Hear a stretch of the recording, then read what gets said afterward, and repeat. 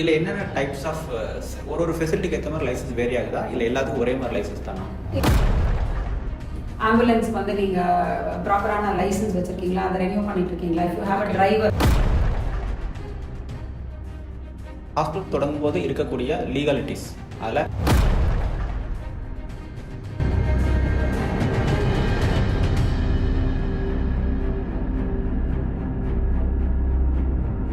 எல்லாருக்கும் வணக்கம். என் name Santhoshkumar, health care மெவரிக் சேனலோட ஃபவுண்டர். நம்ம ஹெல்த் கேர் மெவரிக் சேனலோட இலக்கு என்ன அப்படின்னா, புதுசாக ஹாஸ்பிட்டல் தொடங்குறவங்க, ஆல்ரெடி ஹாஸ்பிட்டல் தொடங்குங்க, கிளினிக் தொடங்குங்க, இவங்களுக்கு ஒரு ஃபர்ஸ்ட் ஜெனரேஷன் ஒரு டாக்டராக இருக்கும்போது அவங்களுக்கு இதில் எப்படி பண்ணுன்றது தெரியவர சிக்கல் இருக்குது. அப்போது அவங்களுக்கு ஒரு எஜுகேஷனாக இந்த வீடியோஸ்லாம் நம்ம பண்ணிட்டு இருக்கோம். ஒரு ஹாஸ்பிட்டல் தொடங்கும்போது அதில் மிக முக்கியமாக இருக்கிறது ஹாஸ்பிட்டல் தொடங்கும்போது இருக்கக்கூடிய லீகாலிட்டிஸ். அதில் கிளினிக்கல் எஸ்டாப்ளிஷ்மெண்ட் ஆக்ட் அப்படின்னு ஒரு விஷயம் வருது. இந்த கிளினிக்கல் எஸ்டாப்ளிஷ்மெண்ட் ஆக்ட்னா என்னன்னு தெரிஞ்சுக்கிறதுக்கு இன்றைக்கி நம்ம ஒரு எக்ஸ்பர்ட்டை கூப்பிட்டுருக்கோம். அதுதான் Mary Veronica madam. Welcome to the show ma'am.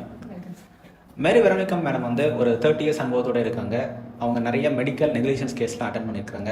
இது சம்மந்தமாக ஆழ்ந்த அறிவு இருக்குது. அவங்கள்ட்ட கேட்பதற்கு நிறைய கேள்விகள் இருக்குது. வாங்க நிகழ்ச்சிகள் போகலாம். அவங்கள்ட்ட நிறைய கேள்விகள் நம்ம கேட்கலாம். மேம் எப்படி இருக்கீங்க? Thanks for coming for health care maverick channel ma'am. Ma'am, இந்த கிளினிக்கல் எஸ்டாப்ளிஷ்மெண்ட் ஆக்ட்னா என்ன? இது ஒரு மருத்துவருக்கு, ஒரு ஹாஸ்பிட்டலுக்கு எந்த அளவுக்கு ஒரு பெனிஃபிட்டாக இருக்கும் முக்கியம்? இப்போ நம்ம கான்ஸ்டிடியூஷன் தான் சோர்சஸ் ஆஃப் ஆல் லாஸ்ன்னு சொன்னாங்க சார், இந்தியா பொறுத்த வரைக்கும். ஸோ கான்ஸ்டிடியூஷனில் வந்து உங்களுக்கு 3 லிஸ்ட் இருக்குது. ஒன்று வந்து சென்ட்ரல் லிஸ்ட், ஒன்று ஸ்டேட் லிஸ்ட், ஒன்று கன்கரண்ட் லிஸ்ட். சென்ட்ரல் லிஸ்ட்டில் என்ன சப்ஜெக்ட்ஸ் எல்லாம் இருக்கோ அதை வந்து சென்ட்ரல் கவர்மெண்ட் மட்டும் தான் சட்டம் இயற்ற முடியும். அதே மாதிரி ஸ்டேட் லிஸ்ட்டில் இருக்கிறது ஸ்டேட் கவர்மெண்ட் தான் சட்டம் இயற்ற முடியும். கன்கரண்ட் லிஸ்ட் ஒன்று இருக்குது, அதில் வந்து ஸ்டேட்டும் சென்ட்ரலும் 2 பேரும் சட்டம் இயற்றலாம். இந்த ஹெல்த் டிபார்ட்மெண்ட் அப்படி இல்லை ஹெல்த் ரிலேட்டட் இஷ்யூஸ் வரது வந்து உங்களுக்கு வந்து ஸ்டேட் லிஸ்ட்டில் வருது. ஸோ இப்போ இந்த ஸ்டேட் லிஸ்ட்டில் வர சப்ஜெக்ட்ஸ்க்கு எக்ஸ்க்ளூசிவாக சென்ட்ரல் கவர்மெண்ட் வந்து லாஸ் எனாக்ட் பண்ண மாட்டாங்க. அந்த மாதிரி இருக்கிற விஷயங்களுக்கு சென்ட்ரல் கவர்மெண்ட் வந்து ஒரு அவுட்லைனாக ஒரு ஸ்கெலட்டல் லா தான் கொடுப்பாங்க. அதுக்குள்ளே இருக்கிற ரூல்ஸும் கைட்லைன்ஸும் அந்த ஸ்டேட் கவர்மெண்ட் தான் இம்ப்ளிமெண்ட் பண்ணிக்கணும். ஸோ நம்ம 2010 வந்து சென்ட்ரல் கவர்மெண்ட் வந்து இந்த கிளினிக்கல் எஸ்டாப்ளிஷ்மெண்ட் ஆக்டோட கைட்லைன்ஸ் கொடுத்துருக்காங்க. And it is asked the state governments to adopt the act and to make guidelines and rules according to the state needs. இப்போ அதோட ஸ்பெசிஃபிக் ரிக்குவயர்மெண்ட் என்னன்னா, ஒரு ஸ்டாண்டர்ட் ஒரு குவாலிட்டி ஹெல்த் சர்வீஸ் நம்ம provide பண்ணணுங்கிறது தான். செகண்ட் வந்து குவாக்ஸ், அதாவது பீப்புள் ஆர் நாட் குவாலிஃபைட் இந்த ப்ரொஃபஷன் வந்து ப்ராக்டிஸ் பண்ணக்கூடாது. அவங்கள வந்து நீங்கள் வந்து யூ ஹேவ் டு எக்ஸ்க்ளூடுங்கிறது தான் மெயின் கான்செப்ட். ஸோ இதில் வந்து தமிழ்நாடு கவர்மெண்ட் வந்து 2012 இந்த ஆக்ட் இம்ப்ளிமெண்ட் பண்ணியிருக்காங்க. You should see that this is a bible for all the doctors. இதில் இல்லாத விஷயமே இல்லை. It is a comprehensive act for running a hospital or a clinic. இல்லை என்னென்ன டைப்ஸ் ஆஃப் ஒரு ஃபெசிலிட்டிக்கு ஏற்ற மாதிரி லைசன்ஸ் வேரி ஆகுதா இல்லை எல்லாத்துக்கும் ஒரே மாதிரி லைசன்ஸ் தானா? இல்லை, இந்த ஆக்டோட டெஃபினேஷன் பார்த்தீங்கன்னா பயங்கர it is an inclusive definition சொல்லும். அதாவது ஹாஸ்பிட்டல்லாம் என்னங்கிறதுக்கு வந்து அவங்க டிஃபைன் பண்ணியிருக்காங்க. So hospital can be any place where you are giving treatment for a person. It is including radiology centre, pathology centre, pharmacy, அந்த மாதிரி நிறைய விஷயத்தை இன்க்ளூட் பண்ணியிருக்காங்க. They have categorised hospitals into different categories are like they are giving naming it as level 1A, level 1B, level 2, level 3, level 4 அந்த மாதிரி hospitals வந்து categorise பண்ணியிருக்காங்க. Plus it is applicable to all forms of medicine, whether it be homeopathy, Unani, Ayurveda, yoga, எது practice பண்ணுறதா இருந்தாலும் நீங்கள் வந்து இந்த கிளினிக்கல் எஸ்டாப்ளிஷ்மெண்ட் ஆக்டுக்குள்ளார வருவீங்க. ஸோ அந்த மாதிரி இதுலேருந்து நான் எக்ஸ்க்ளூட் ஆகிடுவேங்கிற ஒரு ப்ரொவிஷனே கிடையாது. Everybody is included. இதுக்கு எக்ஸ்க்ளூஷன் கொடுத்துருக்கு என்னதுன்னா, hospitals run by armed forces, அவங்க மட்டும் இந்த ஆக்டுக்குள்ளே வரமாட்டாங்க. பாக்கி எல்லாருமே இதில் வந்து you will have to comply with the act. ஒரு 10/10 இருக்கக்கூடிய ஒரு சின்னதாக வச்சிருக்கிற கிளினிக் கூட பண்ணுவோம் மேடம். இது வந்து it's a very interesting question. ஒரு சின்ன கிளினிக் வச்சிருக்க ஒரு டாக்டர் வந்து இந்த ஆக்டோட ரிக்குவயர்மெண்ட்ஸ் எல்லாம் பார்த்துட்டு he has approach the Madras high court. அப்போ அவர் என்ன சொன்னார்னா, இது வந்து ஒரு ஈக்குவாலிட்டியே இல்லை இந்த ஆக்டில். ஏன்னா வந்து ஒரு சின்ன கிளினிக் ரன் பண்ணுறவங்களுக்கும் ஒரு மல்டி ஸ்பெஷாலிட்டி ஹாஸ்பிட்டல் வச்சிருக்கிறவங்களுக்கும் ரெஜிஸ்ட்ரேஷன் வேணுங்கிறத எப்படி சொல்ல முடியும் அப்படின்னு அதை வந்து அந்த அவரோட கிளைமை வந்து கோர்ட் நிராகரிச்சிருச்சு. ஏன்னா கோர்ட் என்ன சொல்லிச்சுன்னா, அந்த ஆக்ட் வந்து நான் சொன்ன மாதிரி இட்ஸ் வெரி கைட்லைன்ஸ் வந்து ரொம்ப எல்லாத்துக்கும் ஸ்பெசிஃபிக்காக கொடுத்துருக்காங்க. அப்போ அவங்க என்ன சொல்லியிருக்காங்கன்னா, ஒரு 10/10 ஒரு சின்ன கிளினிக் வச்சிருக்கவரை வந்து அந்த லெவல் 1A கேட்டகரைஸ் பண்ணியிருக்காங்க. அப்போ அந்த ஹாஸ்பிட்டலுக்கு உண்டான ரிக்வயர்மெண்ட்ஸ் என்ன, அவங்க கம்ப்ளைண்ட்ஸ் என்ன கொடுக்கணும், அவங்க ரெஜிஸ்ட்ரேஷன் அப்போ என்ன ஃபாலோ பண்ணுங்கிறது is totally different from what a multi speciality hospital is asked to do. So the registration part is compulsory and the requirements which you will have to comply is அந்த ஆக்டில் பார்த்தீங்கன்னா, நீங்கள் ரெஜிஸ்ட்ரேஷனுக்கு வரும்போது they are giving some specifications. அது it differs according to your level. So the court said it is definitely to be followed even if you are having only a small clinic. Ma'am, இப்போ இது எந்த வெப்சைட்ல போய் register பண்ணணும்? Website வந்து நம்ம ministry of ஹெல்த்தோடதுலேயே central கவர்மெண்ட்டில் இருக்குது. ஐடி இஸ் கிளினிக்கல் establishments.gov.in போனீங்கன்னா உங்களுக்கு அதோட ஃபுல் டீட்டெயில்ஸ் அதில் இருக்குது, ரெஜிஸ்ட்ரேஷன் இருக்குது. ரைட். இப்போ இந்த இதில் பண்ணலைன்னா என்ன பிரச்சனை மேம்? இப்போ ஒருத்தவங்க ரெஜிஸ்ட்ரேஷன் பண்ணாமல் அவங்க பாட்டு கிளினிக் ரன் பண்ணிட்டு இருக்காங்க, இதில் என்ன பிரச்சனை வரும் ma'am?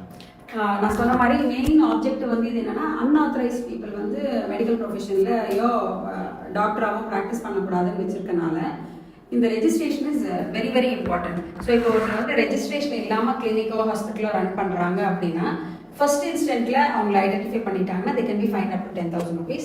Second instance they can be fined up to 50,000 rupees. மறுபடியும் அவங்க கண்டினியூ பண்ணுறாங்கன்னா your fine can go up to 5 lakh rupees. And second is they can the government is authorized to close down the hospital or the clinic.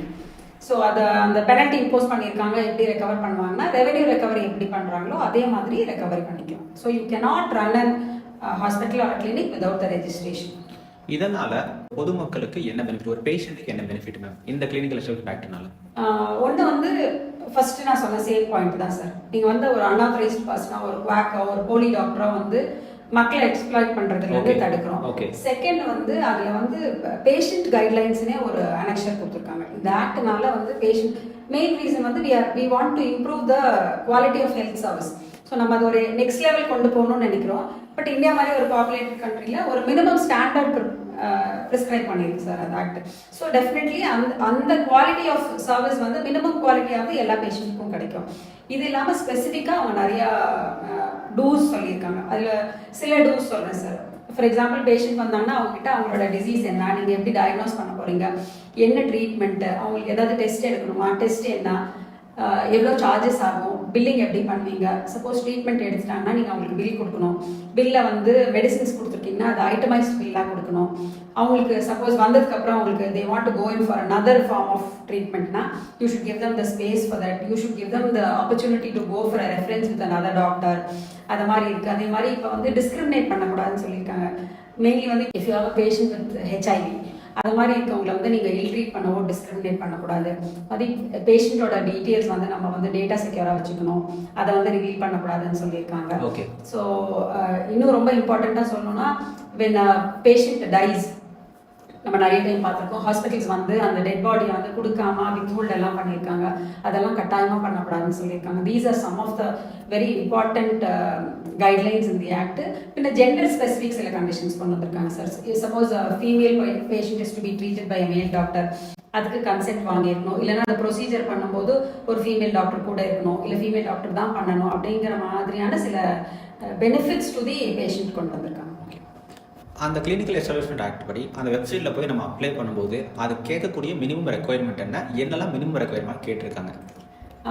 இதுவும் வந்து அந்த ஆக்டோட specification first நான் சொன்ன மாதிரி sir. நீங்கள் வந்து என்ன டைப் ஆஃப் லெவலில் இருக்கீங்களோ அந்த லெவலுக்கு தகுந்த மாதிரியான உங்களுக்கு ரெக்குயர்மெண்ட்ஸ் ஃபார்ம்ஸ் அனெக்ஷர்ஸ் அதில் கொடுத்துருக்காங்க. ஸோ மெயின் ரெஜிஸ்ட்ரேஷன் ப்ராசஸ்ன்னு பார்த்தீங்கன்னா minimum whatever the minimum standard that you are going to give, the minimum facilities that you are going to have, the minimum staffing you will have, and what are all the ஒரு undertaking கொடுக்க சொல்கிறாங்க. என்னன்னா எந்த நமக்கு வந்து நம்ம establishment வந்து எந்த கேட்டகரியில் வருதோ அதில் நமக்கு இருக்கிற ரிசோர்ஸஸை வச்சு suppose you have a patient who comes there for an emergency, அந்த ரிக்வயர்மெண்ட்ஸ் வந்து நீங்கள் பெஸ்ட்டான சர்வீஸ் அவங்களுக்கு கொடுப்பீங்கன்ற ஒரு அண்டர்டேக்கிங் கொடுக்குறாங்க. ரெஜிஸ்ட்ரேஷன் ப்ராசஸ்ன்னு பார்த்தீங்கன்னா நீங்கள் வந்து அந்த வெப்சைட்டில் வந்து you can either do it online, இல்லை நீங்கள் அந்த அப்ளிகேஷனை ஃபில் பண்ணி போஸ்ட்டில் அனுப்பலாம், are you can take it in person. So registration யார்கிட்ட பண்ணணும்னு கேட்டிங்கன்னா நேஷனல் கவுன்சில் ஒன்று இருக்குது, அதுக்கப்புறம் you have a state council, and then you have a district council. அந்த டிஸ்ட்ரிக்ட் கவுன்சில் தான் registration authority. District Council is headed by the collector with the second member is the health department official, and you have three members there. அந்த மெம்பர்ஸில் ஒருத்தவங்க வந்து local government பாடியில் இருக்கிறவங்க இருப்பாங்க, இன்னொருத்தவங்க வந்து மெடிக்கல் அசோசியேஷனில் இருக்க ஒரு representative, because we always need a doctors representation or a medical person representation in that. And third is you will have the police personnel in that. So இவங்க கிட்ட தான் நம்ம வந்து அப்ளிகேஷன் கொடுக்குறோம். அப்ளிகேஷன் நேரில் போய் கொடுக்குறது சொல்கிறீங்களா? நேர்லனாலும் ஆன்லைன்லேயே இருந்தாலும். ஸோ நம்ம அதில் ஆன்லைனில் அப்லோட் பண்ணாலும் it will be directed to the registering authority. Ma'am இப்போ வந்து ஒரு ஸ்டாஃபிங், ஒரு எக்யூப்மெண்ட், ஒரு இன்ஃப்ராஸ்ட்ரக்சர் இது சம்மந்தமான என்ன கைட்லைன்ஸ் இருக்கு மேம்? அதில் வந்து இந்த ஆக்ட்லேயே வந்து உங்களுக்கு இலாபரேட்டான கைட்லைன்ஸ் கொடுத்துருக்காங்க சார். ஃபார் எக்ஸாம்பிள் அதை பற்றின எல்லா டீட்டெயிலும் சொல்லணுமா, அது there are about 5 to 6 annexures in that. For example I tell you அது எவ்வளோ இன்க்ளூசிவாக இருக்குன்னா, நீங்கள் இப்போ ஃபஸ்ட்டு வந்து அதில் first annexure is regarding signage. அப்போ நீங்கள் சைனேஜ் பார்த்தீங்கன்னா உங்கள் ஹாஸ்பிட்டல் பேர் எப்படி வச்சுருக்கீங்க, எங்கே டிஸ்பிளே பண்ணியிருக்கீங்க, எமர்ஜென்சிங்கிறது இருக்கா, என்ன டைமிங் 24/7 இல்லை என்ன timings the clinic is being operated சொல்லணும் நீங்கள். அப்புறம் நீங்கள் suppose the clinic is away from the main ரோட்லேருந்து நீங்கள் ஒரு இண்டிகேஷனாக ஒரு டைரக்ஷன் போர்டு வச்சுருக்கீங்களா, ஹாஸ்பிட்டலில் வந்து நீங்கள் டிசேபிள்டு பீப்புள் வரதுக்கான அந்த ரேம்ப் வச்சுருக்கீங்களா, அப்புறம் நோ ஸ்மோக்கிங் போர்டு இருக்கா, உங்களோட மெடிசின்ஸ் இருக்கிற இடத்துல மெடிக்கல் லேப்ஸ் இண்டிகேட் பண்ணியிருக்கீங்களா, ஹேசடஸ் திங்ஸ் இருக்கிற இடத்துல போர்டு வச்சுருக்கீங்களா, ஸோ அந்த மாதிரி எல்லாத்துக்கும் ரெஜிஸ்ட்ரேஷன் சர்டிஃபிகேட் டிஸ்பிளே பண்ணியிருக்கீங்களா, இதை மாதிரி. This is only for signage. இதே மாதிரி அவங்களுக்கு பார்த்தீங்கன்னா இப்போ நீங்கள் ஒரு சின்ன கிளினிக்காக இருந்தாலும் இமீடியட்டாக நீங்கள் என்ன அப்பாரட்டஸ் வச்சுருக்கணும். ஃபார் எக்ஸாம்பிள் ஸ்மால் கிளினிக்காக இருந்ததுன்னா நீங்கள் வந்து உங்களோட டாக்டரோட பர்சனல் இது இல்லாமல் நீங்கள் வந்து வேயிங் மிஷின் வச்சுருக்கணும், டேப் வச்சுருக்கணும், பிபி அப்பாரட்டஸ் வச்சுருக்கணும். அதை மாதிரியான அந்த லெவலுக்கு தகுந்த மாதிரி they are specified for every thing. Injections என்ன வச்சுருக்கணும், அதை மாதிரி ஃபார்மசி இருக்குன்னா வந்து அதில் என்ன நீங்கள் வச்சுருக்கணும். So if you have an ஆம்புலன்ஸ்க்கு வந்து நீங்கள் ப்ராப்பரான லைசன்ஸ் வச்சுருக்கீங்களா, அதை ரெனியூ பண்ணிட்டு இருக்கீங்களா. If you have a driver அவரோட லைசன்ஸ் ரெனியூ பண்ணிட்டு இருக்கீங்களா, அது இருக்கு. Suppose you have a person with armed person as your security guard, ஆர்ம்ஸோட லைசன்ஸ் வாங்கியிருக்கீங்களா, ட்ரக்ஸ் அண்ட் நார்காட்டிக்ஸ் ஆக்டோட லைசன்ஸ் கம்ப்ளை பண்ணியிருக்கீங்களா. ஸோ லெவலுக்கு தகுந்த மாதிரி your specifications keeps increasing. Okay ma'am. இப்போ ஒரு டாக்டரோ ஹாஸ்பிட்டல் ஓனர்ஸோ அவங்க கிளினிக்கையோ ஹாஸ்பிட்டல்லையோ அவங்க வந்து ரெஜிஸ்டர் பண்ணிட்டாங்க. ரெஜிஸ்டர் பண்ணதுக்கப்புறம் ஏதோ ஒரு பிரச்சனை வருது, இவங்களுக்கான சப்போர்ட் யார் தருவா, இதை பற்றி சொல்லுங்கள். இப்போ அந்த ரெஜிஸ்ட்ரேஷன் ப்ராசஸ் நீங்கள் பார்த்தீங்கன்னா சார், நீங்கள் ஆன்லைனில் உங்களோட ரெஜிஸ்ட்ரேஷன் அப்ளை பண்ணன உடனே வித்தின் 10 days வந்து உங்களுக்கு ஒரு ப்ரொவிஷனல் ரெஜிஸ்ட்ரேஷன் சர்டிஃபிகேட் கொடுத்துருக்காங்க. 10 days. Yes, within 10 days they supposed to give. அப்போ அந்த 10 days வந்து நீங்கள் you can start your clinic with registration certificate. This provisional certificate is valid for period of 12 months. 12 months. Provisional certificate 12 months. 12 months. அதை நீங்கள் renew பண்ணணும்னா அந்த 12 months முடியறதுக்கு 1 monthக்கு முன்னாடி நீங்கள் வந்து ஒரு அப்ளிகேஷன் கொடுத்து யூ கேன் ரெனியூ. இந்த ப்ரொவிஷனல் எதுக்கு வச்சிருக்காங்கன்னா, இந்த பீரியட்ல, அதாவது நமக்கு வந்து வெயிட் பண்ணி கிளினிக் ஆரம்பிக்காம within 10 days you can begin your clinic. But after that you will have the inspection from the health department. அப்போ வரும்போது அவங்க வந்து உங்கள் கம்ப்ளைண்ட்ஸ் எல்லாம் சரியா இருக்குன்னு சொன்னால் you will get a permanent registration certificate which is valid for 5 years. அதை வந்து நம்ம ரெனியூ பண்ணணும்னா அந்த 5th year-ஓட 6th month எண்ட் ஆகிறதுக்கு முன்னாடி you will have to give an application for renewal. இந்த லீகல் சப்போர்ட் எப்போ வரும்னா, இந்த ஹெல்த் டிபார்ட்மெண்ட்டோட ரெகுலேஷன்ஸோ நார்ம்ஸோ also subject to change and updation.